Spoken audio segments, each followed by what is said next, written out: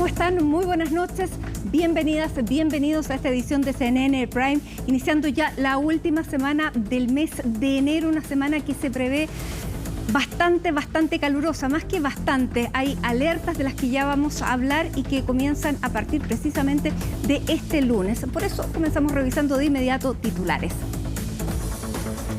Crece la preocupación justamente ante la ola de calor intenso que azota a la zona centro-sur del país.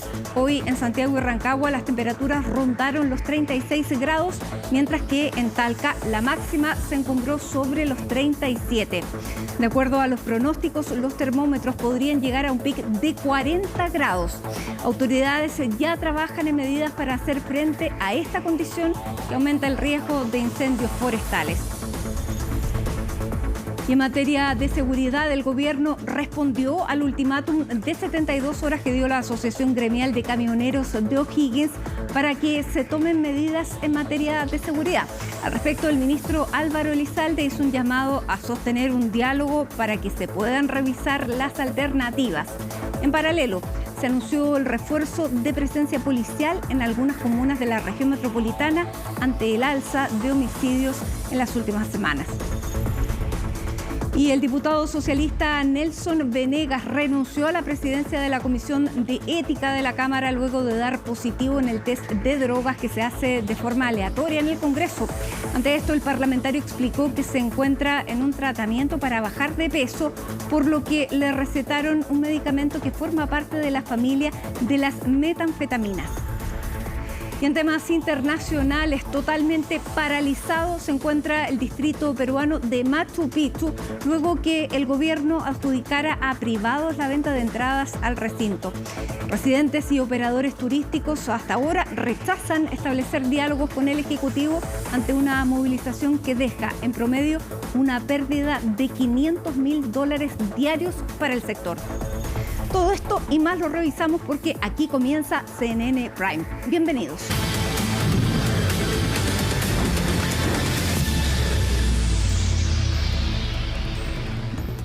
Y hasta ahora nos vamos al Congreso, vamos a revisar si hay novedades respecto a la votación de la ley corta de ISAPRES en el Pleno del Senado. Ahí está Francisca Cárdenas para darnos más detalles de lo que está ocurriendo a esta hora. ¿Cómo está, Francisca? Muy buenas noches.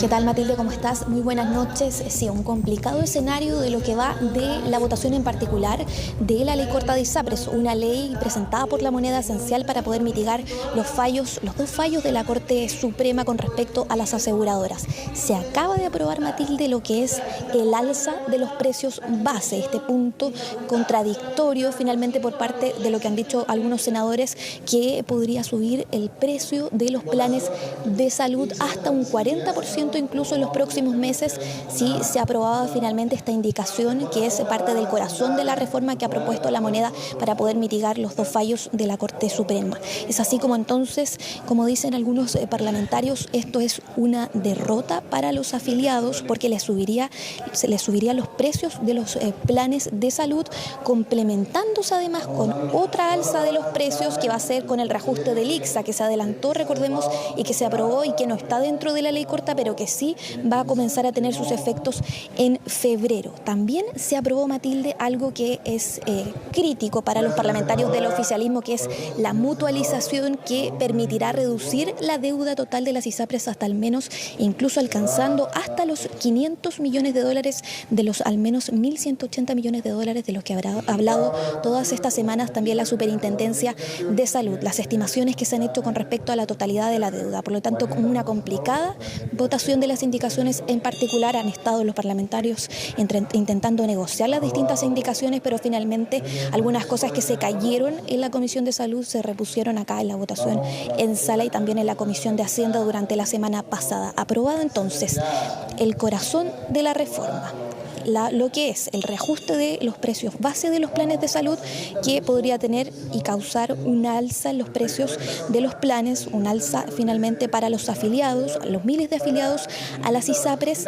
que es finalmente una de las propuestas para poder mitigar estos dos fallos de la Corte Suprema, los efectos de los dos fallos. El primero, recordemos que fue y que obliga a las ISAPRES a devolver los cobros excesivos a los miles de afiliados, y el segundo fallo es finalmente el fallo Primages, mejorar lo que es este servicio. Y también se aprobó la mutualización, que era una indicación en la que ha insistido la derecha estos días y que finalmente permite reducir la deuda, la totalidad de la deuda de las ISAPRES, lo que algunos parlamentarios del oficialismo dicen que es un perdonazo a las aseguradoras. Escuchemos parte de las reacciones durante esta jornada, pero primero veamos si podemos escuchar a la ministra de Salud, que está hablando en este momento con respecto a lo que ha sido finalmente esta votación. No tiene recurso, pero está previsto en los incisos anteriores la posibilidad de recurrir. Ya, o sea, usted plantea que está la facultad de accionar en contra de los anteriores. En la final está. A ver.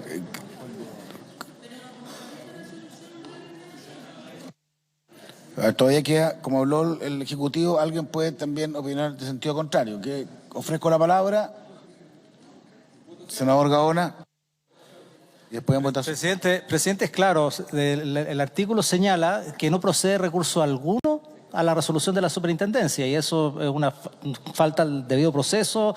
Las personas o las ISAPRES todos tienen derecho a poder deducir recursos ante los tribunales de justicia frente a una resolución administrativa. Claro, ahí están discutiendo los parlamentarios, ahí está el presidente también del Senado intentando ordenar a los parlamentarios para poder seguir votando las indicaciones, pero al menos ya se votaron estos dos puntos críticos. Matilde, decirte que lo que es la mutualización es un elemento crítico que se aprobó por parte de los parlamentarios, y la senadora Yasna Proboste con el senador Daniel Núñez del oficialismo hicieron reserva de la constitucionalidad. ¿Qué implica eso? Que si se aprueba, por ejemplo, hoy la ley corta de ISAPRES, pasaría finalmente a la discusión de lo que es llevarla al Tribunal Constitucional, al menos este elemento por parte de esos dos senadores. Ahí el tema es que si se aprueba esta ley corta, se demoraría su promulgación una vez que se lleve al Tribunal Constitucional por parte de los parlamentarios para poder revisar justamente la aprobación de lo que es la mutualización. Escuchemos lo que han dicho durante esta jornada y las distintas reacciones en torno a esta discusión de las ISAPRES. Yo no estoy de acuerdo en dejar que se puedan ajustar los precios, porque si no, los precios sin tope van a significar que la gente pague lo que las ISAPRES no quieren pagar. Y eso a mí me parece que es una afrenta al sentido común y al sentido de realidad que hoy día deberían tener las institucionalidades, las instituciones públicas, pero también un sentido común por parte de todos quienes estamos tomando decisiones. O sea, yo no voy a votar a favor que se permitan alzas sin tope. Para mí es clave dejar en absoluta claridad de que aquí no existe deuda, que esto se inventó simplemente, y esta ley se está utilizando el pánico que creó los 3 fallos ilegales de la tercera sala de la Corte Suprema.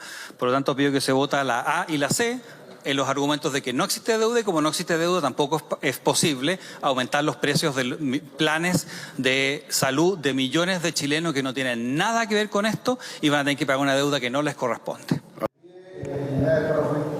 Claro, ¿qué implica que se haya aprobado finalmente la mutualización? Un elemento crítico, como te decía Matilde, el senador Juan Luis Castro, presidente además de la Comisión de Salud, ha dicho en reiteradas ocasiones que finalmente que si se aprueba esta indicación que ya se aprobó, es finalmente achicarle la deuda a las aseguradoras para que no caigan en insolvencia, que es el paso previo a estar en quiebra, que es algo que han advertido durante todos estos meses de discusión de la crisis de las ISAPRES, las distintas aseguradoras, también el representante de las ISAPRES, porque recordemos que se han invitado a distintos actores a estas discusiones, a la Comisión de Salud, a la Comisión de Hacienda, no solamente ISAPRES, sino que también a representantes de FONASA, también distintos expertos. Hubo un informe técnico por parte del comité de expertos y finalmente es ahora el momento decisivo de las distintas indicaciones para que se pueda despachar esta ley corta. Obviamente hay elementos que son críticos, como te decía, lo de la mutualización, pero también lo del alza de los precios base, que es un alza extraordinaria, que obviamente obviamente las ISAPRES van a tener que justificar. Por eso dice que es un reajuste extraordinario que se va a tener que justificar a través de la deuda que se tenga y también del plan de pago. Y además, si se llega a aprobar finalmente en su totalidad, hasta total despacho finalmente, que esa es la idea, al menos en lo que es el trabajo de sala de este momento, se aprobará también e irá dentro de la reforma lo que es un consejo consultivo que va a fiscalizar el trabajo del plan de pago, cómo se va a hacer la devolución del monto total y también el trabajo de la Superintendencia de Salud, una asesoría, por así decirlo. Escuchemos parte también de lo que dijo la ministra de Salud durante esta jornada.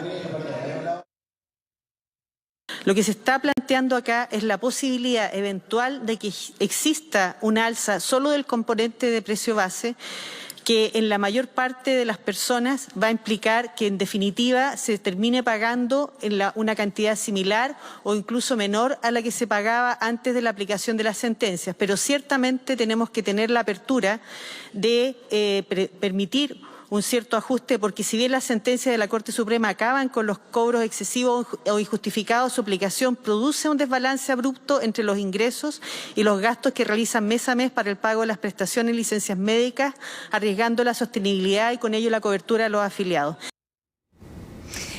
Francisca, hay algo que quisiera que me clarificaras, porque este argumento que presentó el senador Rojo Edwards, ex republicano, es que las ISAPRES no presentan deudas porque fue un fallo ilegal de la Corte Suprema. Entiendo que esa es una postura personal que no representa a otros parlamentarios. Sí, justamente, Matilde, esa es una postura personal del senador Rojo Edwards debido a que se rechazó principalmente una indicación que él presentó también durante las últimas semanas para que se tuviese más libertad por parte de los afiliados de elegir entre FONASA y también las ISAPRES. Así que es parte de su postura durante esta jornada luego de que fuera la primera indicación rechazada en esta discusión en sala. Así que nos quedamos atentos a esto. Obviamente faltan varias horas todavía para que se pueda despachar la totalidad de la ley corta y bueno, ya al menos se votaron los dos elementos relevantes, que es la mutualización que se aprobó y también lo que es el reajuste, lo que podría ser un alza a los precios bases de los planes de salud. Ahora, con el despacho ya no queda nueva instancia, no llega a comisión mixta, sino que está lista ya para promulgarse. Después vuelve a la Cámara de Diputados. Perfecto. Eso es otro debate. Ya.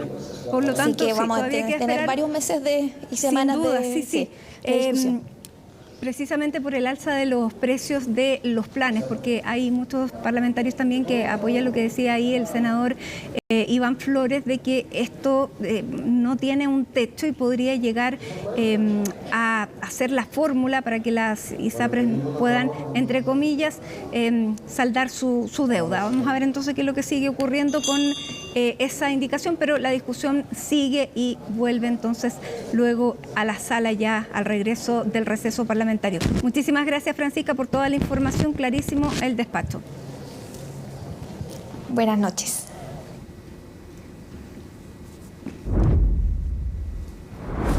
Bueno, y hay preocupación porque con temperaturas que podrían llegar a los 40 grados, autoridades anunciaron alerta roja para la zona central del país debido a este calor extremo pronosticado para esta semana.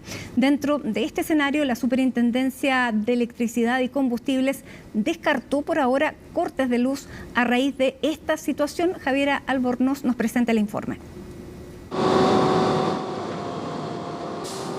¿En qué horario trabajan ustedes? De 7 de la mañana hasta que terminemos el servicio. Puede ser 12, 1, 2, 3 y ese es el horario, de lunes a sábado. Para Gonzalo y sus compañeros es complejo evitar el sol mientras cumplen su labor. Sin embargo, intentan, con los elementos que pueden, enfrentar el calor. Bloqueador y como un jockey, pues, antiparra y todo eso. Medidas necesarias frente a la alerta roja declarada en varias regiones debido al calor extremo. En la región metropolitana, O'Higgins y la región de Ñuble tenemos declarada alerta roja por calor extremo y el calor extremo es riesgoso para toda la población, con mayor énfasis en los grupos de mayor vulnerabilidad, pero es peligroso para toda la población. Temperaturas que van a estar en torno a los 37-39 grados, principalmente entre las regiones de Valparaíso y Metropolitana, que inclusive podrían llegar a marcar en algunas estaciones hasta 40 grados. Eso para este martes y miércoles. Sin embargo, a partir del miércoles se extenderá al sur desde O'Higgins a Ñuble, donde los termómetros podrían alcanzar los 39 grados Celsius. Hay un pic que estamos esperando entre Coquimbo y la región del Ñuble para este martes y jueves, digamos. Ahí está, digamos, centrada esta alerta meteorológica, donde los termómetros iban a estar muy elevados, y lo particular también que en esta oportunidad también está involucrada el sector del litoral. Allí las temperaturas podrían alcanzar los 30 grados, muy por encima de los usuales 19 a 20. Primero, hacer un llamado a que la gente se informe por canales oficiales. Y segundo, a que tome las medidas para evitar la exposición, sobre todo en el horario más complejo de calor, que es entre las 11 de la mañana y las 17, 18 horas. Usar gorro con alas anchas para dar sombra, bloqueador, factor 30 o más de manera periódica y renovar la aplicación. La protección ocular con anteojos de sol es fundamental para proteger la vista.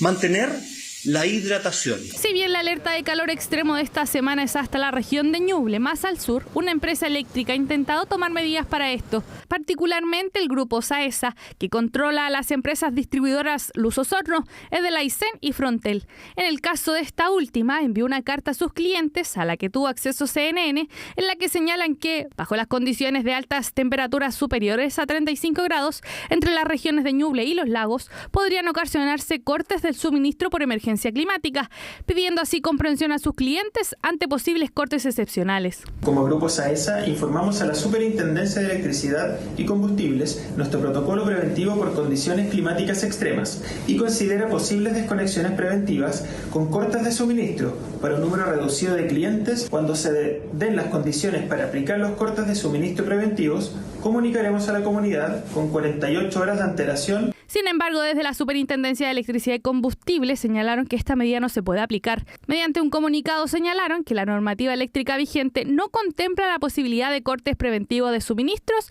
como lo plantea el grupo Saesa. Y si bien confirman que se les hizo la solicitud de este plan, ellos les señalaron que la normativa solo contempla la posibilidad de realización de cortes programados para mantener, reparar, ampliar o conectar a nuevos clientes. De no cumplir con la normativa, podrían enfrentarse a multas que llegan hasta las 10.000 UTM.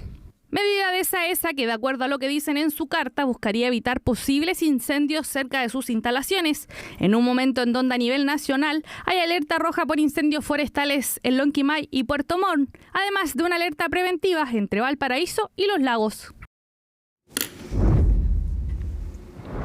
Bueno, lo decía Javier en su nota, la Superintendencia de Electricidad y Combustibles indicó que, contrario a lo que dice el grupo Saesa, no pueden realizarse cortes de luz preventivos por altas temperaturas. Vamos a tomar contacto desde Coquimbo con Marta Cabezas, superintendenta de la SEC. Superintendenta, gracias por este contacto. Muy buenas tardes. Esto, lo que está haciendo, digamos, la empresa, este grupo Saesa, que ya hizo en el mes de diciembre pasado, en Navidad precisamente, está absolutamente al margen de la ley. Me llama la atención que ellos digan que comunicaron a la superintendencia y no que se pide una autorización. ¿Cuáles son las normativas específicas en este caso? Buenas noches. Hola, buenas noches Matilde y buenas noches a quienes nos escuchan en CNN. Efectivamente, de acuerdo a lo que tú señalas, en diciembre la empresa del grupo Saesa hizo un corte de las características que se señalan en la nota. Sin embargo, la normativa no lo permite, no está contemplado, no se debe hacer. La Superintendencia de Electricidad y Combustible fiscaliza a las empresas distribuidoras, generadoras y transmisoras de electricidad, las de gas y las de combustible. En este caso corresponde a las distribuidoras, a todas las del grupo Saesa, abstenerse de hacer cortes por preparación. No existe este tipo de corte preventivo. Lo que existe es cuando es inminente una situación de accidentabilidad, de incendio o de riesgo de las redes. Por lo mismo, las empresas que realizan esta comunicación, aunque sea una comunicación a los clientes, no es válida, aunque sea una comunicación a la superintendencia, no es válida. Y no lo es porque no está considerada en la normativa vigente. Como te decía, la superintendencia fiscaliza que las empresas cumplan la ley. Y en este caso, esa condición no está señalada en la ley.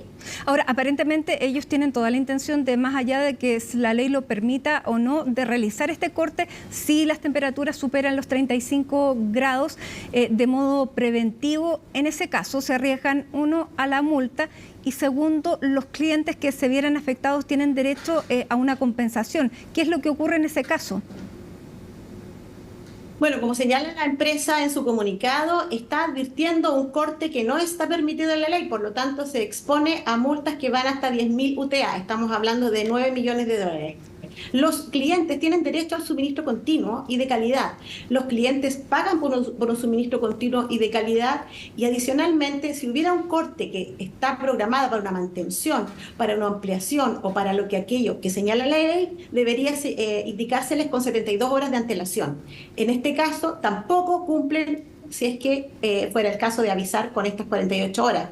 Pero adicionalmente, los clientes, que son sus clientes, que le pagan la electricidad, el consumo, no pueden estar expuestos a condiciones que finalmente vaya en detrimento de sus alimentos, de su condición física, de su salud, que puede ser el estar expuesto a una condición de sin suministro eléctrico durante varias horas.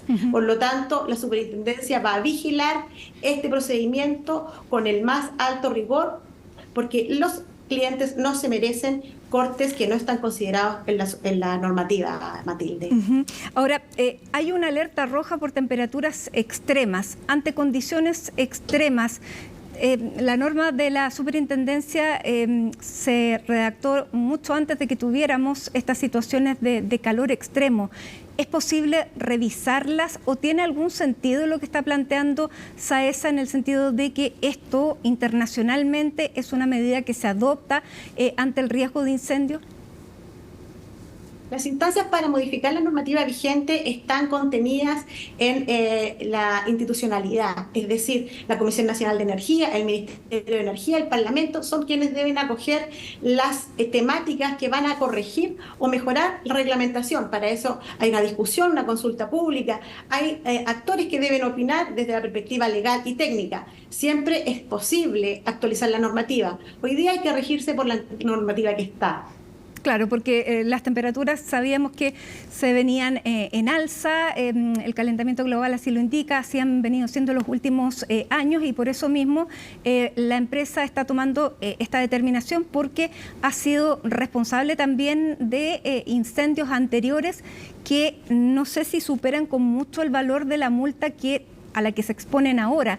Por lo tanto, parece indicar que ellos prefieren pagar la multa a verse involucrados en un tema judicial. La decisión que adopte la empresa es algo que nosotros tenemos que vigilar desde la perspectiva del usuario. El usuario no puede padecer un corte de luz de prolongadas horas si la normativa no lo permite. No hay una modificación normativa que hoy día recoja esta inquietud de la empresa, y tampoco hemos puesto en discusión esta temática. Las altas temperaturas en verano en la zona central siempre han sido sobre 35 grados. Hay un calentamiento global y eso habrá que estudiarlo a la luz de los nuevos antecedentes. Sin embargo, hoy día no nos podemos salir del marco legal y es lo que vamos a hacer. Ahora, superintendenta, si toda la instalación, el tendido, está en buenas condiciones, ¿no debieran producirse chispas que generen un incendio o eso es imposible de prever? Bueno, la obligación de las empresas es mantener sus instalaciones en buen estado. Eso sí lo dice la ley claramente. Además, mantener despejada la línea por donde va la transmisión, donde van las distribuidoras. Esto está determinado por diferentes parámetros técnicos, cuál es el ancho de esta franja. En ese sentido, es obligación, y nosotros velamos por la continuidad de suministro. Nosotros creemos que con la infraestructura adecuada deben estar las condiciones para que se mantenga la continuidad permanente hacia los usuarios. Ahora, la empresa parece ser bastante desafiante en su postura, ellos parecen no querer cambiar. Habrá que pensar en qué es lo que se realiza con los usuarios, porque ante, digamos, todos los perjuicios que se pueden ver involucrados, también hay perjuicios económicos para locales comerciales, para restaurantes, para todo lo que tiene que funcionar con una cadena de frío. Por lo tanto, claro, hay muchos intereses involucrados y me imagino que la atención de la SEC va a estar centrada en lo que ocurre en las próximas horas. Sí.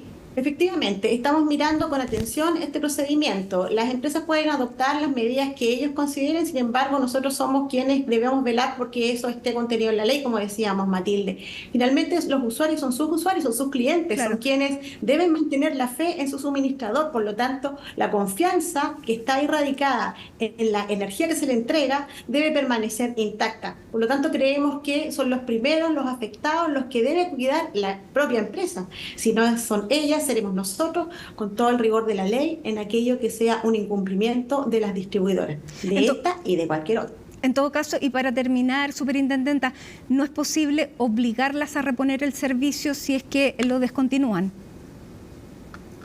Siempre es una condición deseable y exigible que, aun cuando haya una interrupción, sean veloces, diligentes y rápidos en reponer. Eso es lo que nosotros medimos al analizar las multas. La diligencia en reponer y la consecución de la energía en los términos horarios que estipula la ley. Está todo determinado. Por lo tanto, salirse de la norma es algo que nosotros vamos a velar que no vuelva a ocurrir con un proceso administrativo ejemplificador.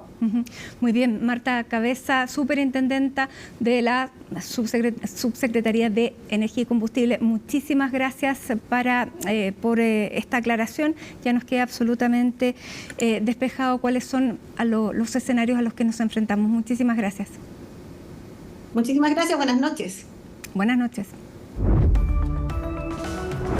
Bueno, y precisamente vamos a revisar cómo se vienen las temperaturas dentro de las próximas horas. Un adelanto de CNN Tiempo que pasamos a revisar junto a José Miguel Mardones. José, ¿qué es lo que nos puedes contar a esta hora de la noche para prepararnos? ¿Cómo están? Muy buenas noches. Nosotros en el estudio de CNN Tiempo actualizando hasta último momento la proyección meteorológica, pensando en el aviso y el alerta por altas temperaturas en el centro norte, en el centro y en el centro sur de nuestro país. Lo vamos a conversar en los próximos segundos durante este despacho. Pero antes de eso, vamos a algunos conceptos. Una primera aproximación a través de los mapas de Meteorred que nos permiten graficar cómo será el día de mañana en diferentes territorios de nuestro país. Comencemos en el norte, extremo norte de hecho. Algunas tormentas se van a desarrollar en el interior del extremo norte y también en la cordillera del norte chico durante la tarde del último martes de enero. El calor extremo se apodera de la zona centro del país, como decíamos al comienzo del despacho, con temperaturas que van a subir de los 37 grados en el centro norte y en algunos territorios del centro de Chile. Atención, sectores interiores de la región de Valparaíso y metropolitana están entre los más afectados por esta nueva ola de calor, finalizando ya el mes de enero 2024. Pero la costa, a propósito de las playas y del verano, también sentirá los efectos del calor extremo, con máximas de más de 26 grados en sectores del litoral de Valparaíso y hasta el Biobío. Respecto a la Patagonia, extremo sur, de hecho ahí se nota en esa imagen, va a tener una especie de respiro de las altas temperaturas debido al ingreso de un sistema frontal que aportará precipitaciones en algunas comunas de la región de Aysén y también de la región de Magallanes y viento de entre 40 a 60 kilómetros por hora en el extremo sur. Lo seguimos actualizando. Bueno, pero los mapas que veíamos recién, justamente ahí se nota el color rojo en el norte, centro y sur de nuestro país, en algunas ciudades. Vamos a revisar el detalle a esta hora de la noche con mínimas y máximas y comenzamos en la zona centro de nuestro país. 35 a 36 grados en el interior de la región de Valparaíso, Quillota, La Calera, atención Villa Alemana, Limache, La Cruz, San Pedro, también la comuna de Quilpué. Cielo completamente despejado desde muy temprano. Al altísima temperatura que podría llegar en algunos momentos de la tarde del día de mañana a 38 grados en el sector alto de la región de Valparaíso, Los Andes, San Felipe y Ayay entre 37 a 38 grados. Y como lo decíamos recién cuando revisábamos los mapas, la costa o al menos algunas playas en la región de Valparaíso y también hacia el sur van a tener altas temperaturas. Sube la máxima en el puerto de Valparaíso y también en la ciudad de Viña del Mar. Incluso en Concón podrían alcanzar 24 a 25 grados para el día de mañana. San Antonio, Cartagena y Santo Domingo entre los 24, 25, incluso 26 grados en el puerto de San Antonio con cielo completamente despejado. Sube también la temperatura mínima. Independiente del cielo despejado, algunas nubes para comenzar la jornada. Pasa algo similar en la costa de la región de O'Higgins, Pichilemu, con una máxima entre 27 a 28 grados durante la tarde del día de mañana, y Rancagua muy pero muy caluroso con una máxima de 35, incluso 36 hacia Machalí y cielo despejado desde temprano. Bueno, vamos al centro sur rápidamente. Todo el sector de Curicó, Talca, Molina, San Javier han tenido altísimas temperaturas durante las últimas jornadas y mañana no será la excepción. De hecho, sube el día de mañana hasta los 36 grados en todos los valles de la región del Maule.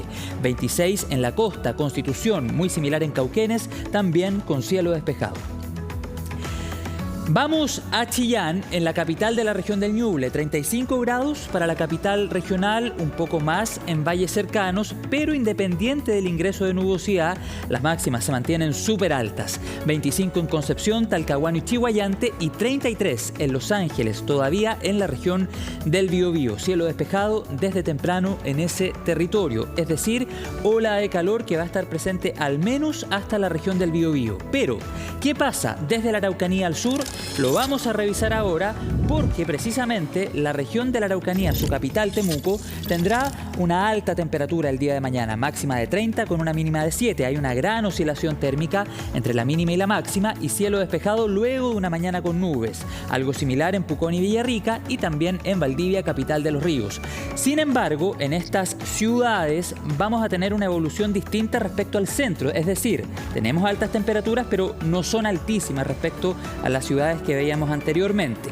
Ahora bien, ¿qué pasa en Osorno? En Puerto Montt y en Castro, temperaturas un poco más medidas, 27 a 28 grados para Osorno. En el sur de nuestro país, 23 en Puerto Montt, una mañana con nubes, luego nubosidad parcial y finalmente se despeja y nubes prácticamente toda la jornada en Castro con una máxima de 23 grados. Bueno, vamos a regresar al centro, a nuestra capital. Ya les hemos contado de altas temperaturas, ola de calor, altas presiones, dorsal cálida, que son algunos conceptos que se conversan durante estas jornadas de calor. Bueno, nuestra capital no es la excepción. Sube la temperatura en Curacaví, en Melipilla, en Santiago, en Quinta Normal, en Recoleta, en Ñuñoa o en Estación Central, con una máxima en la zona centro de Santiago de 36, incluso 37 grados el día de mañana a eso de las 16:45 minutos.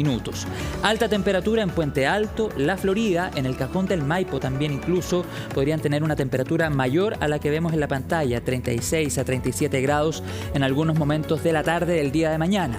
36 en el poniente de la capital y 35 hacia el oriente. Predomina como denominador común el cielo completamente despejado en la región metropolitana. Y antes de terminar, vamos a hacer la proyección CNN Tiempo.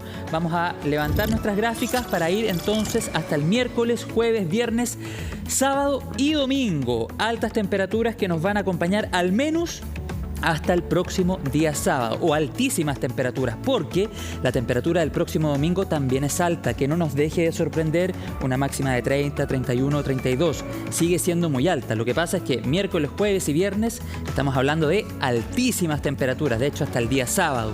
El cielo despejado se mantiene, ola de calor que persiste en nuestra capital. Ahora bien, la pregunta es, ¿estamos hablando de 2 olas de calor consecutivas? Bueno, es una respuesta o una pregunta más bien que vamos a responder el día de mañana en CNN Tiempo. Atención también a algunas ciudades del sur de nuestro país, porque empresas que distribuyen electricidad están evaluando si a raíz de las altas temperaturas es necesario cortar el suministro en algunos momentos de las próximas jornadas. Lo vamos a estar actualizando también en los próximos capítulos de CNN Tiempo. Devolvemos entonces el pase a CNN Prime. Nos reencontramos en los próximos próximos minutos en un nuevo capítulo del programa para hacer una actualización mucho más profunda respecto a las temperaturas. Que tengan buenas noches. Ahí estaba, muchísimas gracias a José Miguel Mardones. Luego vamos a tener más detalles en CNN Tiempo. Aprovechamos de aclarar nuevamente que la Superintendencia de Electricidad y Combustible ha declarado hace algunos instantes aquí en CNN Prime que las empresas no tienen la facultad de suspender el suministro por temas preventivos. Por lo tanto, las empresas que así lo han anunciado, si lo hicieran, estarían incurriendo en un incumplimiento que es sancionable. Cambiamos absolutamente de tema y nos vamos a los temas de seguridad, porque la Asociación Gremial de Camioneros de la región de O'Higgins exigió al Ejecutivo desplegar a las Fuerzas Armadas en las próximas 72 horas tras el asesinato de 2 agricultores el pasado fin de semana.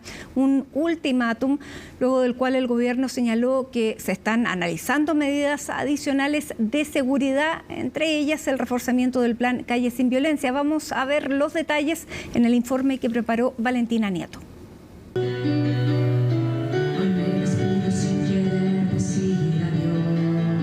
La región de O'Higgins hoy vive el luto de 2 familias que despiden a los 2 agricultores asesinados este fin de semana en la comuna de Mayoa.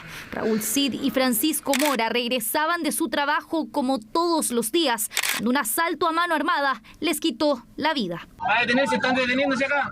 La patente es falsa. La patente es falsa, Romeo Kilo Sierra Tango. Los presuntos responsables, 4 sujetos de nacionalidad venezolana, que este miércoles serán formalizados por el doble homicidio. Un hecho que, más allá de la tristeza, ha generado también indignación. Necesitamos acciones concretas, no necesitamos reuniones, no necesitamos ir a tomarnos un café, necesitamos seguridad en las calles, salir a trabajar de forma segura y poder llegar y disfrutar de nuestra familia de forma segura. Este es un tema país y lo más importante es que no se transforme en otra pelea política que no solucione la crisis de inseguridad. En este tema, si no se actúa en conjunto y pronto, se alejarán las posibilidades de tener éxito en la lucha contra el delito. Llamado desde los gremios en el que algunos dieron un ultimátum. La Asociación Gremial de Camioneros de la región de O'Higgins exigió el despliegue de las Fuerzas Armadas en las próximas 72 horas, sin descartar una posible paralización. La Sociedad Nacional de Agricultura, en tanto, emplazó al Ejecutivo a convocar al COSENA. Trajimos una carta al presidente de la República, no solicitándole medidas, sino exigiéndole durante un plazo de 48 horas de que convoque al Consejo de Seguridad Nacional, que convoque, que cierre la frontera. Un mejor Chile no se construye a través de ultimátum, sino que a través del diálogo. Y por tanto lo que necesitamos es diálogo para ir revisando las distintas medidas que se han adoptado para enfrentar el desafío que tenemos en materia de seguridad y sobre la base de esa evaluación ir tomando medidas adicionales. Medidas adicionales que alistan en el gobierno. Ya el fin de semana la ministra del Interior adelantó el reforzamiento al plan Calles Sin Violencia, al menos para la región metropolitana. Despliegue que estará enfocado en las 15 comunas que concentran el 60% de los homicidios en la capital. Este refuerzo principalmente y orientado a la región metropolitana, que van a ser 50 puntos de control sobre la base de un dispositivo que va a estar compuesto por 11 carabineros. La idea es poder colocar puntos de control en los lugares de esas comunas donde por los antecedentes se produce la mayor cantidad de delitos violentos, en los horarios donde hay mayor probabilidad de que esos delitos violentos se cometan. Acciones que se iniciarían esta semana en 6 comunas y que irían acompañadas de equipamiento, 26 vehículos blindados y 30 drones para carabineros. Todo ante una escalada de violencia en la que reconocen en el gobierno ha habido no solo un aumento de homicidios este 2024, sino que además un 37% podría vincularse a crimen organizado. En momentos de crisis como esta no sobran manos, faltan manos. Yo creo que Chile tiene la oportunidad de torcerle la orientación al destino. Chile tiene instituciones, pero tenemos que hacer la pega ahora con sentido de urgencia y con mucha unidad. Sabemos que las policías solo no pueden hacerlo.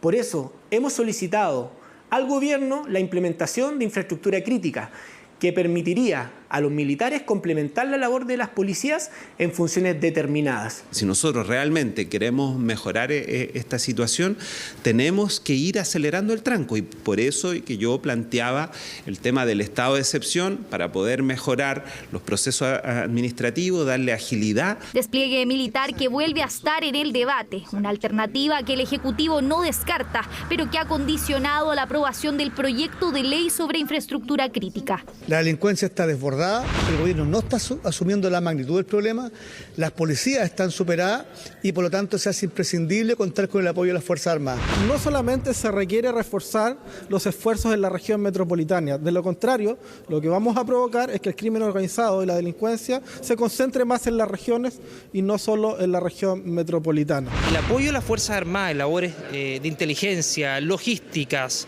y de apoyo de capital humano son tremendamente importantes en un país que está sobrepasado por los niveles de delincuencia. Y es que los hechos suman y siguen. La noche de este domingo, un hombre de nacionalidad colombiana fue asesinado a disparos por desconocidos en Martínez de Rosas con Esperanza, todo en pleno centro de Santiago. En otro tema, el presidente Gabriel Boric firmaría esta semana los decretos para revocar las pensiones de gracia de al menos 25 personas. Eso sí, desde el gobierno no descartan que el número pueda aumentar, ya que continúa el análisis de los casos de beneficiados erróneamente en el marco del estallido social. Los detalles con Macarena Román. Estoy contento, alegre de estar aquí en Chiloé, de poder mirar a la cara los desafíos que tiene el archipiélago. En la región de los lagos, el presidente Gabriel Boric retomó sus funciones. Reuniones y anuncios serán la tónica de su visita. Eso antes de volver a Santiago, donde tendrá que evaluar la revocación de algunas pensiones de gracia. Está estudiando los distintos casos. Ya hay una decisión de al menos revocar 25 pensiones de gracia, pero eso no obsta que se va a hacer una revisión completa de todos los casos. Todas tienen la situación de condena y además de la forma y modo en que se habían acreditado, o insuficientemente la forma en que se habían acreditado la afectación. El gobierno no descarta que este número de revocaciones pueda aumentar considerando las conclusiones de Contraloría y que al menos 69 personas que reciben pensiones de gracia asociadas a los hechos ocurridos en el estallido social tienen antecedentes, análisis que realiza el Ejecutivo sin dejar de apuntar al mandato anterior. Contraloría también hizo una auditoría y una fiscalización a las entregas de pensiones de gracia durante todo el año 2021. Si este informe de Contraloría ha sido catalogado de lapidario, yo diría que el otro tendría que ser catalogado de mortal.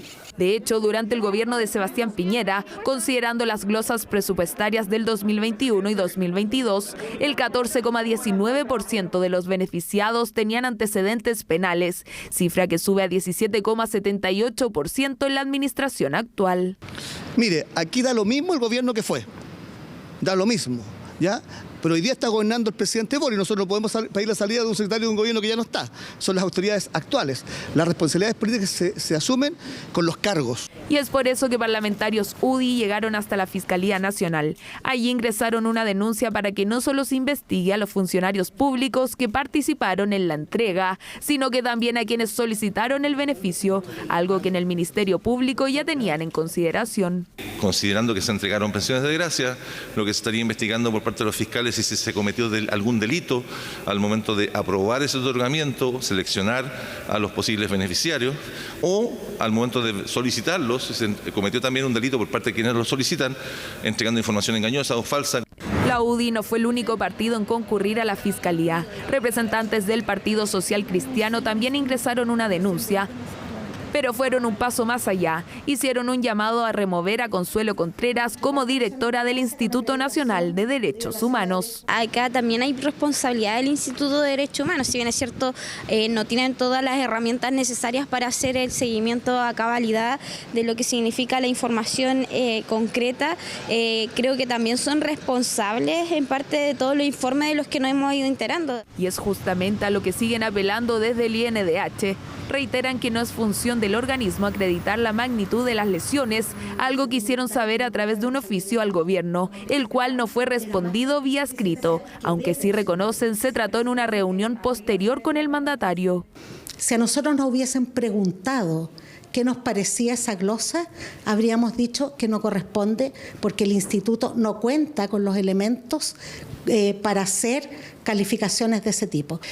Lo reiteramos muchas veces, sin embargo estaba en la ley de presupuesto, por lo tanto, independiente del gobierno, ocurrió en los dos gobiernos, el gobierno del presidente Sebastián Piñera y el gobierno del presidente Boric. Presidente Gabriel Boric, que tendrá la decisión final sobre cuántas revocaciones firmará después del lapidario informe de la Contraloría, una determinación que se daría a conocer durante esta semana. El diputado socialista Nelson Venegas renunció a la presidencia de la Comisión de Ética de la Cámara de Diputados luego de dar positivo en un test de drogas, lo que el parlamentario atribuyó al consumo de medicamentos para adelgazar. Mientras, diferentes bancadas han propuesto que todas las altas autoridades deban someterse a un test de drogas. El informe es de Colomba Eichholz. No consumo drogas.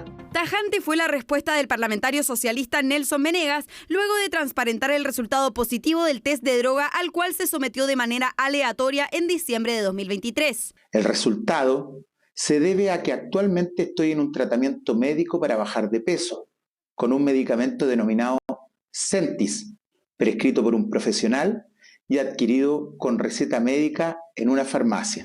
Receta con fecha 4 de diciembre de 2023 que el parlamentario no registró en la Cámara antes de someterse al examen. El resultado que notifiqué es una infracción al reglamento porque hay dos formas. Una es que sean drogas que no se pueden certificar y la segunda, drogas que pudiendo certificar no se hicieron. Y eso ya no tiene arreglo, eso ya fue así. Nosotros creemos que claramente el diputado cometió un error en no poder declarar anteriormente al examen este medicamento y este tema tendrá que ser analizado por la Comisión de Ética como corresponde. Nosotros le sugerimos también al diputado que renunciara a la Comisión de Ética para que la Comisión de Ética tuviese un mejor procedimiento. Ante la situación, el parlamentario optó por seguir la recomendación de su conglomerado político y renunciar a la presidencia de la Comisión de Ética de la Cámara con la esperanza de que sean sus pares de transparencia quienes resuelvan su caso. Esperamos, reitero, que los antecedentes que él ha dado a conocer se puedan esclarecer y se pueda despejar cualquier duda. Pero evidentemente, y quiero ser muy claro, hemos sido sorprendidos y muy golpeados por esta noticia. Noticia que expone el primer caso positivo de droga registrado desde que el 23 de agosto de 2022 se implementará por primera vez la medida. Sin embargo, expertos respaldan la explicación del diputado Nelson Venegas, ya que en efecto el medicamento está compuesto por fentermina, proveniente de la familia de las metanfetaminas. Entiendo que el diputado lo que está tomando, y eso lo planteaba en su video, es el fármaco Sentis, que es una marca de fentermina.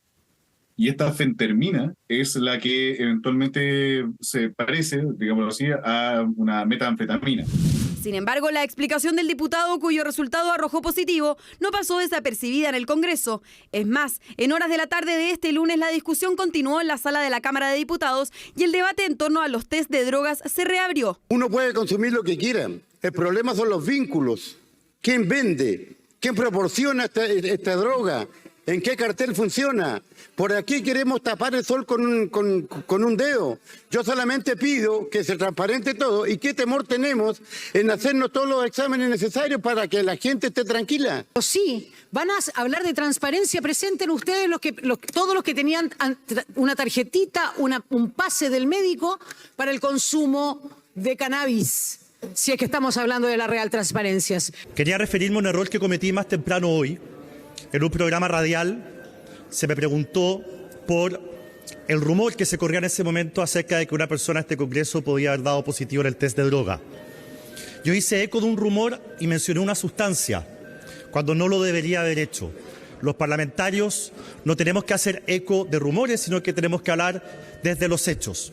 Aunque no fue mi intención, le quiero pedir disculpas al diputado Nelson Venegas. En paralelo al desarrollo de los hechos, la diputada de Renovación Nacional, Camila Flores, presentó una carta al presidente Gabriel Boric solicitando apoyo para un proyecto de ley que busca implementar test de drogas obligatorios a todas las autoridades del Estado. Bueno, hemos entregado una carta al presidente para solicitarle apoyo y patrocinio a un proyecto que he presentado que busca que no solamente los diputados, como es el día de hoy, sino que todas las autoridades del Estado, de los distintos poderes del Estado, esto es parlamentarios, el Poder Ejecutivo, el Presidente de la República, sus ministros, jueces, fiscales, todos tengamos que hacernos de manera obligatoria test de droga. Acción que fue respaldada por sus pares de oposición luego de conocerse el resultado positivo del diputado Venegas. Nosotros creemos que, y esta es la oportunidad, en primer lugar, para modificar el reglamento del Parlamento y establecer sanciones durísimas, tanto para aquellos que son positivos como para aquellos que deciden no realizarse el test.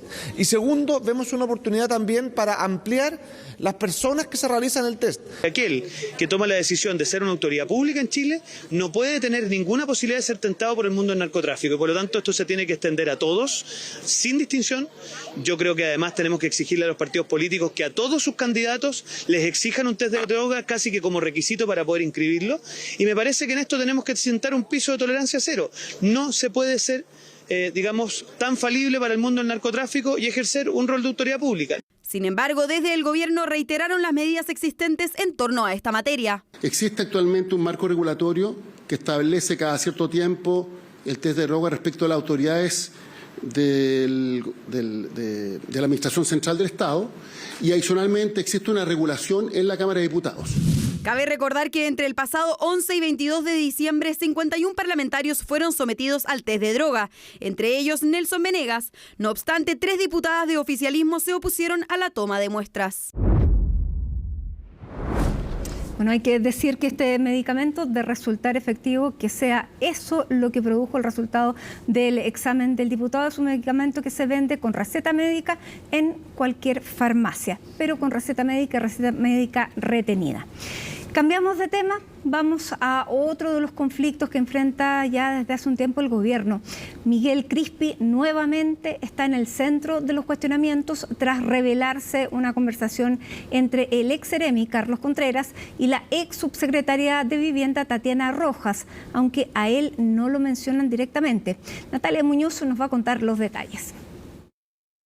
Otra vez el caso convenios y otra vez Democracia Viva es la preocupación del ministro de Vivienda Carlos Montes. Ahora es la filtración de mensajes entre la ex subsecretaria Tatiana Rojas y el formalizado ex Ceremi Carlos Contreras, hoy en prisión preventiva. Una conversación sostenida casi 10 días antes de que se destaparan las irregularidades que son investigadas. Esto son la información que ya se tenía, la tenía el Ministerio Público ya hace varios meses, o sea, no es una información distinta. Se trata de mensajes vía WhatsApp, conocidos en un reportaje de Canal 13, que dan cuenta de cómo las ex autoridades intentaron hacer un control de daños frente a una situación que estimaban era compleja y que según su relato comunicaron al Ejecutivo. La primera información habría sido el 5 de junio, 11 días antes de darse a conocer el caso. Subsecretaria, hay un posible flanco comunicacional. Coméntame si podemos conversar hoy en la noche o mañana a primera hora, si lo estima necesario. Luego habrían sostenido una llamada telefónica.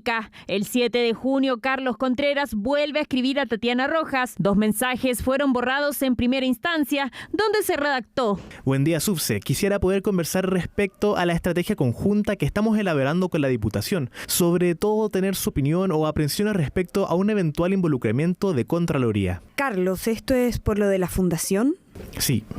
Yo personalmente, mi equipo se comunicó con diversos actores con 2 objetivos. Primero, obtener toda la información para entender lo que estaba pasando y segundo, buscar que esto se esclareciera lo antes posible. Nos comunicamos con diversos actores, apenas tuvimos antecedentes de la denuncia efectuada por funcionarios del Servio durante la primera semana de junio. Así por primera vez figura la palabra fundación, pero sin especificar si es Democracia Viva. Pero el mismo día, horas más tarde... Necesito un resumen tipo ficha con los datos generales que te consulté. Nombre del convenio, fecha de firma, firmantes, montos, plazos, antecedentes solicitados para la selección y cómo fue el proceso.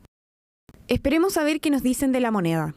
La ex subsecretaria precisó que la única persona con la que se comunicó por el tema fue con el jefe de asesores del segundo piso de La Moneda, Miguel Crispi, personaje que es objeto de múltiples críticas, incluso desde el oficialismo.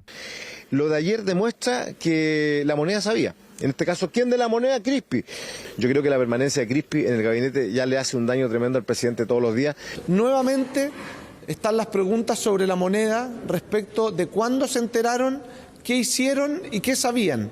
Porque ya no son solo rumores, como dijo el señor Crispi, sino que aquí hay comunicación por WhatsApp que revela que la información habría sido entregada a lo menos 10 días antes a la Moneda, plazo en el cual no se hizo nada. Y pese a que las dudas persisten sobre cuándo se conoció la información en La Moneda, desde el Palacio insisten en que tanto el presidente de la República como el ministro de Vivienda, Carlos Montes, se enteraron el 16 de junio, cuando fue publicado el caso por el medio regional de Antofagasta, Timeline. No hay ningún antecedente nuevo, novedoso respecto de lo que ya se ha señalado, tanto por la propia ex subsecretaria como por la declaración de las distintas autoridades que participaron en la comisión investigadora correspondiente.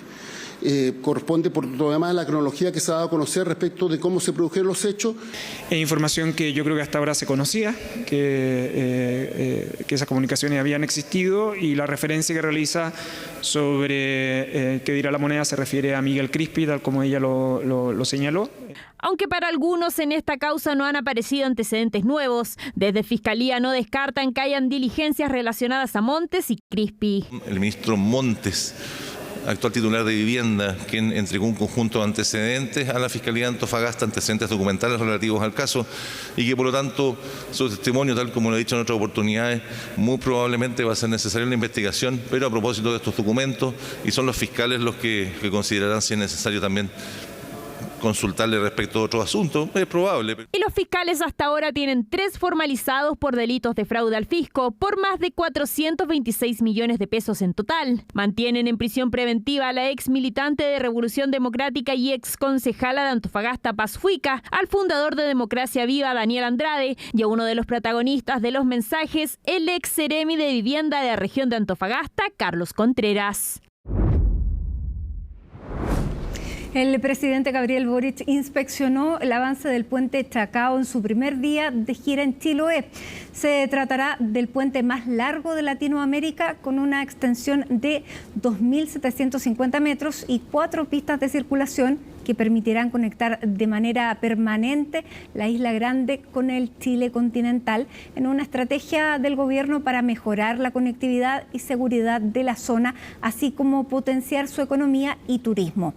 En paralelo, el mandatario revisó el avance de la vía de alto estándar para el tramo Chacao-Chonchi de la Ruta 5 y sostuvo reuniones con alcaldes de la provincia, acompañado de la ministra de Obras Públicas y el ministro de Educación. Este va a ser el puente colgante más largo de Latinoamérica y se va a constituir como un referente en toda la región. En la región grande americana. Y a pesar de todas las complicaciones que han habido, de la pandemia, de las inclemencias climáticas, de los aumentos en los costos, estamos cada vez más cerca de un anhelo de décadas por mejorar la conectividad de las chilotas y chilotes. Creo que esta obra representa la búsqueda de Chiloé por un equilibrio que sea auténtico con su historia y su cultura, en donde haya progreso pero sin renunciar a su identidad. Hace un tiempo les contábamos de un concurso que buscaba premiar la asistencia destacada en la educación preescolar. Pues bueno, un grupo de 16 niños y niñas viajaron desde Chile hasta la NASA en Estados Unidos porque ganaron el concurso de la Fundación Educacional Oportunidad. ¿Cómo les fue? Bueno, ¿qué experiencias tuvieron? María Luisa Carrión nos cuenta en su informe.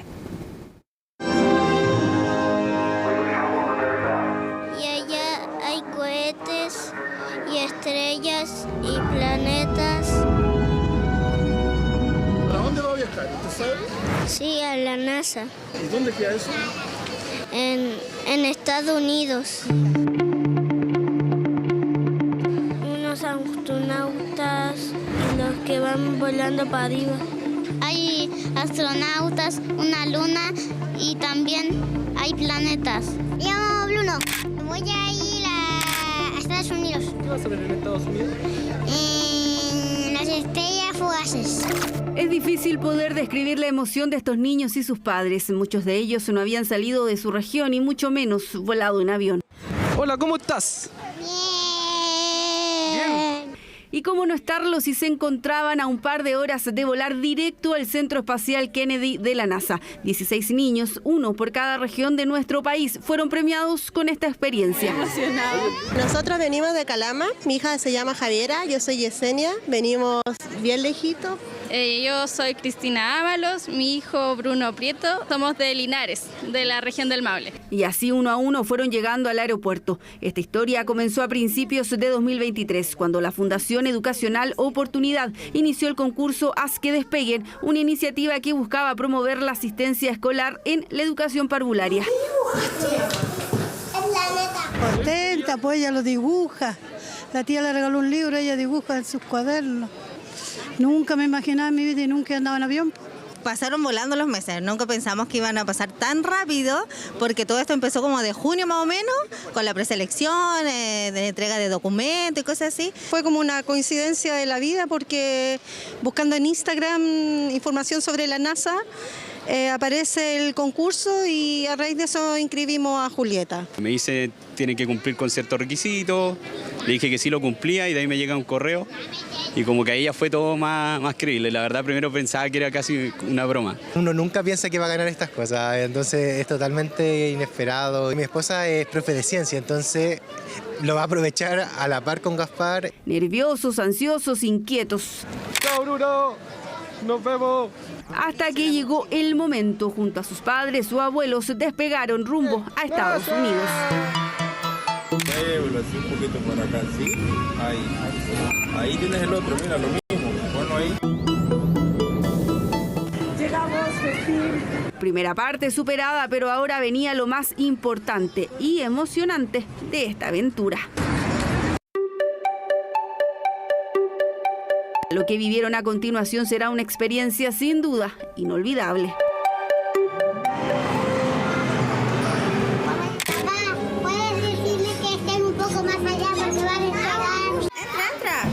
En el Centro Espacial Kennedy pudieron visitar el jardín de cohetes, ver videos espaciales y utilizar los simuladores.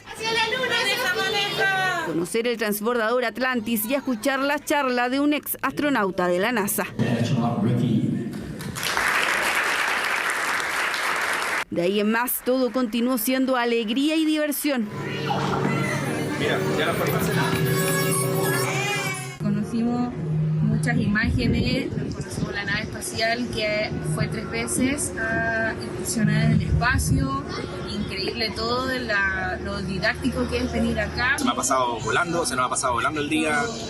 Ha sido experiencias sensoriales, tanto desde poder conocer historia hasta poder llevarse también un pedacito de la historia del universo. Tuvimos la oportunidad también de escuchar a un astronauta real que contó cierto su experiencia. Oportunidad única para estos 16 niños y niñas que ven ahora el mundo con otros ojos y tienen muchos más sueños por cumplir. Hermana, ¿preparada? La Dominga me dijo, mamá, quiero ser astronauta. No me lo había dicho nunca. Sí, le gustaba, pero no me lo había dicho. ¿Y quién dice que no? Quizás futuros astronautas, astrónomos o científicos. Estos pequeños tienen entre 3 y 6 años. Llegar hasta Florida, en Estados Unidos, significó ganar un concurso donde se inscribieron poco menos de 9.000 niños y niñas del país. Uno de los pocos requisitos era tener asistencia destacada. De hecho, 4 de ellos no faltaron nunca a su jardín o colegio durante el primer semestre de 2023. Los niños hoy en día tenemos un gran desafío de poder avanzar en mejorar nuestros estándares de asistencia y eso tiene que ver con seguir promoviendo la importancia de la educación parvularia en nuestro país. Asistir a una sala cuna y jardín infantil permite el desarrollo pleno de niñas y niños. Dijimos, tenemos que meter ruido, tenemos que llamar la atención, tenemos que poner este tema y demostrar que este es un tema importante. Yo creo que el haberse ganado este premio los va a motivar para para seguir asistiendo regularmente a ellos y sus familias, que son los que toman la decisión, pero también les va a cambiar la perspectiva, la forma de ver el mundo, que el mundo va más allá de sus ciudades, de sus regiones. Y con ello también incentivar la asistencia en la educación preescolar, tan mermada por la pandemia. Estos 16 niños y niñas no serán los únicos, porque se prepara una nueva versión del concurso Haz que despeguen, con características similares y el mismo premio, es decir, llegar a la NASA, volar con la imaginación y soñar que todo es posible. Ahí sale esto mismo que va a despegar y le vamos a despegar. Bueno, ya que estábamos en la NASA, seguimos con las noticias del mundo junto a Isel Guerra, pero noticias que, claro, no son positivas, y comenzamos muy cerca, comenzamos en Perú, porque el gobierno peruano está evaluando cerrar el complejo de Machu Picchu debido a protestas que se están generando hace ya 2 días debido a la privatización del sistema de venta de entradas. ¿Cómo estás, Isel? ¿Qué es lo que está viviendo Machu Picchu nuevamente afectado por una movilización? Sí, ¿cómo estás, Mati? Y con una radicalización, ¿no?, de estas manifestaciones, porque como tú tal lo señalabas, justamente se originan a raíz de esta propuesta que entró en vigencia hace algunos días atrás, la de que los boletos, los tickets para poder ingresar a Machu Picchu se puedan comprar justamente a través de internet. Y eso, Mati, no cayó muy bien justamente en los gremios de turismo, sobre todo quienes trabajan en esta zona, en particular en la localidad de Aguas Calientes, y eso llevó a que hace algunos días atrás se originara, ¿no?, este paro indefinido, que por lo demás se ha radicalizado en las últimas horas, y al menos hasta ahora sin posibilidad de que se pueda concretar, ¿no?, una mesa de diálogo. Hay allí algunas opciones, pero con condiciones de ambas partes. Ahora, claro, lo que hace el gobierno es dar a un privado, a un externo, todo el manejo de las entradas, pero lo que plantean en Machu Picchu las comunidades locales es que eso es solo el inicio para privatizar una zona arqueológica que les pertenece. Claro, exactamente, y apuntan que incluso se podría utilizar este mismo sistema en otros sitios arqueológicos. A eso además se sumaban también cuestionamientos respecto de las comisiones, ¿no?, que podía recibir justamente esta compañía. Lo cierto es que en las primeras jornadas de estas manifestaciones, de este paro indefinido, el problema estaba puesto en los turistas, ¿no?, muchos de ellos varados. Incluso allí estaba el relato de una familia chilena que había quedado atrapada, señalaban en una declaración a través de redes sociales, porque justamente los manifestantes se habían tomado y habían bloqueado algunas vías, e incluso algunos turistas tuvieron que caminar por medio de las vías del tren, ¿no?, para poder salir justamente de este lugar. Todos los detalles, Mati, los vamos a revisar en el siguiente informe que preparó Cristina Viles. Machu Picchu, el icónico sitio turístico y una de las 7 maravillas del mundo moderno, tiene en jaque a las autoridades peruanas, y todo debido a un paro indefinido por el rechazo a la venta de entradas virtuales. La indignación y los nulos avances en los diálogos gatillaron que los gremios involucrados acordaran radicalizar las manifestaciones. Debido a que se suspendió el funcionamiento de los trenes que llevaban hasta el parque arqueológico, cientos de turistas quedaron varados sin poder salir de la localidad que está bajo Machu Picchu por varios días. Una familia chilena relataba así su experiencia a través de redes sociales. Sin comida, no nos dejan dormir porque hay un paro terrible y todos los días suena la cacerola. No nos dejan pasar a un restaurante a comer. Mi esposo es diabético, no tiene un baño decente, no nos han dado agua, comida, nada, nos tienen secuestrado. Aquí en Machu Picchu, por favor, necesitamos con urgencia ayuda. Finalmente lograron salir de la zona, así como otros cientos de ellos que finalmente fueron evacuados el domingo pasado. Pero lo cierto es que son los primeros días de la paralización. No fueron pocos los visitantes que debieron caminar en las vías del tren, producto de los bloqueos de la ruta. Se ha parado el tren y nuestros turistas están caminando. Bueno, ellos no tienen la culpa. El paro indefinido de los operadores turísticos se originó en protesta contra la venta digital de entradas a la ciudad del Inca. Desde este gremio dicen que la iniciativa del Ministerio de Cultura pretende favorecer a los privados al tercerizar el comercio de entradas a la empresa Joinas, mientras el gobierno acusa a unos pocos de seguir sacando provecho por medio del mercado negro. Que deje de lado las políticas de privatización, y creemos que la tercerización de los boletos virtuales de venta para la Yacta Inca de Machu Picchu es un paso más de la privatización que se pretendría hacer no solamente en Machu Picchu, sino en los principales centros arqueológicos del país. Una pena enorme para nosotros porque Machu Picchu también es la imagen del país.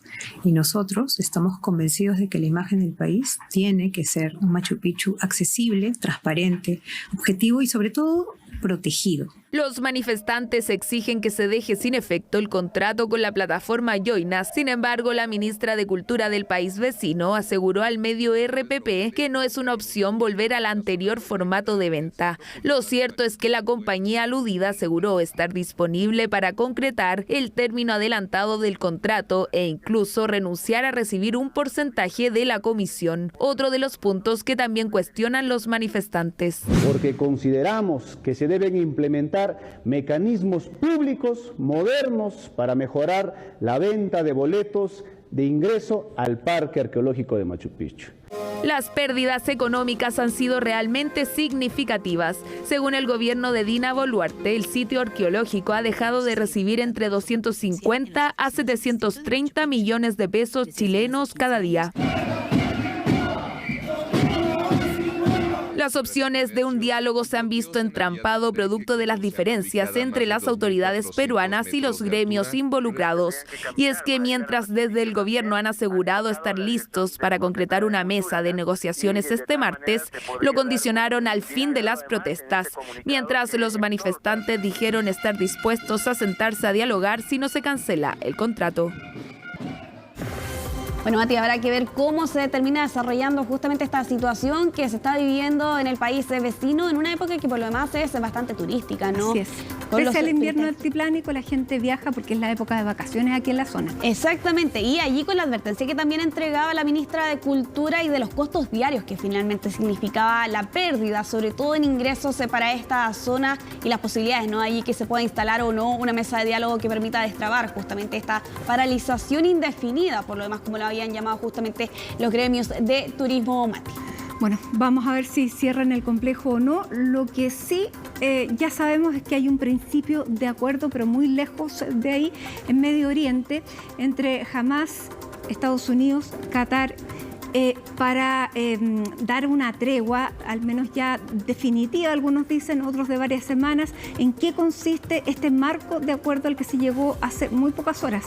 Sí, se le ha presentado justamente a los líderes de Hamas, así lo ha señalado el ministro de Relaciones Exteriores de Qatar. El primer ministro de Qatar, en rigor, presentaba e informaba que justamente a los líderes de Hamas se le había presentado este marco para acuerdo que en grandes rasgos o algunas características principales, Mati. La primera, una pausa de 45 días, la liberación de 35 rehenes israelíes a cambio más bien de la excarcelación de 4.000 prisioneros palestinos. Esos son algunos detalles que se conocen hasta esta hora, luego que durante el fin de semana en París se llevarán a cabo diálogos, como tú bien lo señalabas, en los que participaron Estados Unidos, Qatar, Egipto, también Israel, y que de hecho en las últimas horas escuchábamos declaraciones de algunas autoridades estadounidenses, por ejemplo, el jefe de la diplomacia de esa nación, Antony Blinken, quien reconocía tener esperanzas reales de que efectivamente se pudiera alcanzar un alto al fuego a raíz de este marco de acuerdo que había sido presentado a los líderes de Hamas. Señalaba Blinken que era una buena propuesta en rigor, pero sin embargo, Mati, hay desacuerdos, lo reconoce también Israel. ¿Por qué?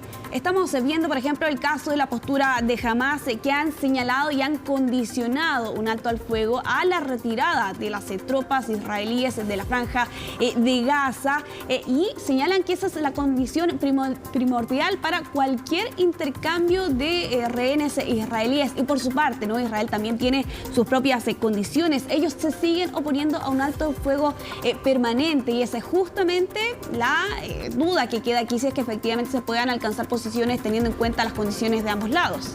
Y la presión que se está efectuando sobre Netanyahu y su gobierno por la liberación de los rehenes. Exactamente, una presión que por lo demás hemos visto durante estos más de 3 meses, ¿no? Diversas manifestaciones, la caída también en los respaldos, justamente al primer ministro de Israel, lo han señalado algunas encuestas, y que justamente debido al tiempo que ha pasado, ¿no? Aquí las familias han hecho una serie de presiones, sin ir más lejos, lo hemos visto en los últimos 3-4 días, algunos manifestantes han llegado hasta el cruce de Kerem Shalom para intentar impedir el ingreso de camiones con ayuda humanitaria, y es que señalan que justamente están tomando estas acciones porque buscan que Netanyahu apriete, por decirlo de alguna forma, para que se pueda concretar la liberación de los rehenes. 136, por lo demás, que al menos hasta ahora no existen detalles específicos de cuántos de ellos estarían vivos y cuántos estarían muertos, teniendo en cuenta las cifras que entrega Hamás. Pero claro, y lo hemos señalado también durante todo este conflicto, hay que tener ojo allí también a las diferentes posturas, a las diferentes versiones que entregan ambas partes. Por tanto, aquí habrá que ver, ¿no?, cuál podría ser el desarrollo justamente de este marco para el acuerdo. Pero al menos aquí, Mati, desde Qatar señalan que ya se lo han presentado a los líderes de Hamás.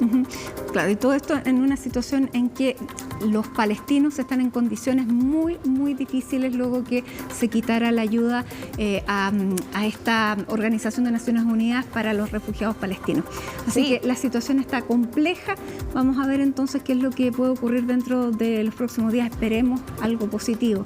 Claro, habrá que ver, ¿no?, ahí cuál va a ser finalmente la resolución de ambas partes, pero ya se los mencionaba anteriormente, Israel, Hamás, ambos tienen posturas bastante marcadas respecto de cuáles son sus condiciones para que efectivamente se pueda concretar, ¿no? Un alto al fuego que, recordemos, el último y el único alto al fuego se registró a finales de noviembre, a principios de diciembre, y fueron 7 días, ¿no?, del cese de las hostilidades, pero sin embargo, y lo hemos visto también con el avanzar, ¿no?, de estas semanas, y lamentablemente los bombardeos siguen justamente en la franja de Gaza y con más de 26.000 personas fallecidas.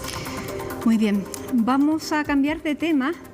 Tenemos una noticia que no sé cómo calificarla. Démosla y usted va a definir si es una buena noticia, una inquietante noticia o una mala noticia. No, pero antes de eso, Mati, antes de eso, nos vamos a quedar en Medio Oriente para hablar de Estados Unidos y de la presión que ha estado recibiendo Joe Biden en las últimas horas a que entregue una respuesta, ¿no?, a lo que mencionábamos el día de ayer, este ataque registrado en una base militar estadounidense que dejaba 3 soldados fallecidos, más de 40 soldados también lesionados, una cifra que podría seguir aumentando conforme avancen las horas, lo advertían las propias autoridades estadounidenses, y con la vinculación que aquí entrega Estados Unidos respecto de Irán. De hecho, durante esta jornada, una de las autoridades, ¿no?, la vocera del Pentágono, señalaba allí que Irán tiene sus huellas dactilares en este ataque. Ya lo mencionábamos el día de ayer, ¿no, Mati?, porque aquí la Casa Blanca señalaba que los grupos militares radicados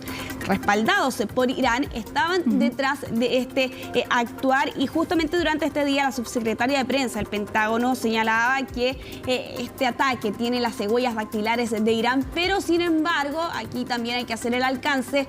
Al menos hasta ahora Estados Unidos no se ha referido a qué grupo en particular podría estar detrás de este ataque que deja a estos 3 soldados fallecidos. Un ataque que además fue realizado por un dron que no se sabe si se encontró casualmente o siguió a un dron estadounidense que lo llevó a la base donde estaban los militares. Hasta ahora no se sabe, pero se produjo ese encuentro, no se sabe si buscado o no, pero este dron que realiza este ataque precisamente lo hace porque sigue al dron estadounidense hasta la base. Sí, y eso justamente, Mati, lo que hasta el momento explica, ¿no?, cómo es que este dron terminó impactando esta zona de viviendas en esta base militar estadounidense, porque, claro, aquí lo que han señalado las autoridades funcionarios estadounidenses durante esta jornada es que a raíz justamente de que este dron enemigo estaba persiguiendo al dron estadounidense que justamente estaba llegando hasta esta base, es que se explicaría por qué no se activaron las alertas a tiempo y que finalmente terminó estrellándose, ¿no?, justamente contra esta base militar. Pero claro, aquí hay ahora la mirada está puesta en Joe Biden. ¿Cuál podría ser la respuesta de Estados Unidos? Hay varias opciones, señalan los analistas. Por un lado, que Estados Unidos persiga a los grupos milicianos, pero en países como Irak y Siria. La otra opción, hay quienes apuntan a que podría probablemente tratarse de un ciberataque, y claro, la opción que evidentemente pueden pensar ustedes en sus casas, un ataque directo a Irán. Hay quienes señalan que está bastante lejos de esto Joe Biden, teniendo en cuenta las posibles repercusiones, ¿no?, que podría tener un actuar de este tipo, sobre todo considerando el tenso ambiente, pero sobre todo las eventuales repercusiones que podría tener a nivel regional llevar a cabo un ataque de esas. Volvemos con información de último momento porque un microbús se desbarrancó en Cerro Cárcel de Valparaíso provocando un incendio. Hay 15 heridos, 3 de ellos son heridos de gravedad, 2 son pediátricos y 1 es un adulto que salió eyectado a gran velocidad de este microbús que por razones que se investigan desbarrancó durante esta tarde en Cerro Cárcel. La emergencia ocurrió en las calles José Joaquín Pérez con Carlos Lyon y está investigándose entonces las razones. Más antecedentes se los vamos a dar a conocer dentro de poco a medida que vayamos teniendo más información. Esta imagen es en vivo de lo que está ocurriendo ahora. Las labores de rescate, de levantamiento de pruebas, por cierto, y de levantamiento también de los vehículos que terminaron cayendo por este barranco ahí en Cerro Cárcel. Ahí estamos viendo, les contábamos, se dio también cuenta de un incendio que se produjo justo luego de este accidente, de este desbarranque de este microbús durante horas de la tarde. A esta hora ya, al caer la noche, se sigue trabajando y la preocupación está en estos 3 heridos de gravedad, 2 son menores de edad y 1 es un adulto que, de acuerdo a los testigos, salió eyectado a gran velocidad. Y así con esta noticia sobre el festival nos preparamos, por cierto, para llevarle todos los detalles de esta nueva jornada musical. Nos despedimos, gracias por habernos acompañado, sigan en nuestra sintonía porque ya llega CNN Tiempo, más noticiosa que nunca, y luego Aquí se debate junto a Fernando Paulsen. Lunes 29 de enero, así estuvo nuestro país y el mundo. Somos CNN Chile, que tengan muy buenas noches.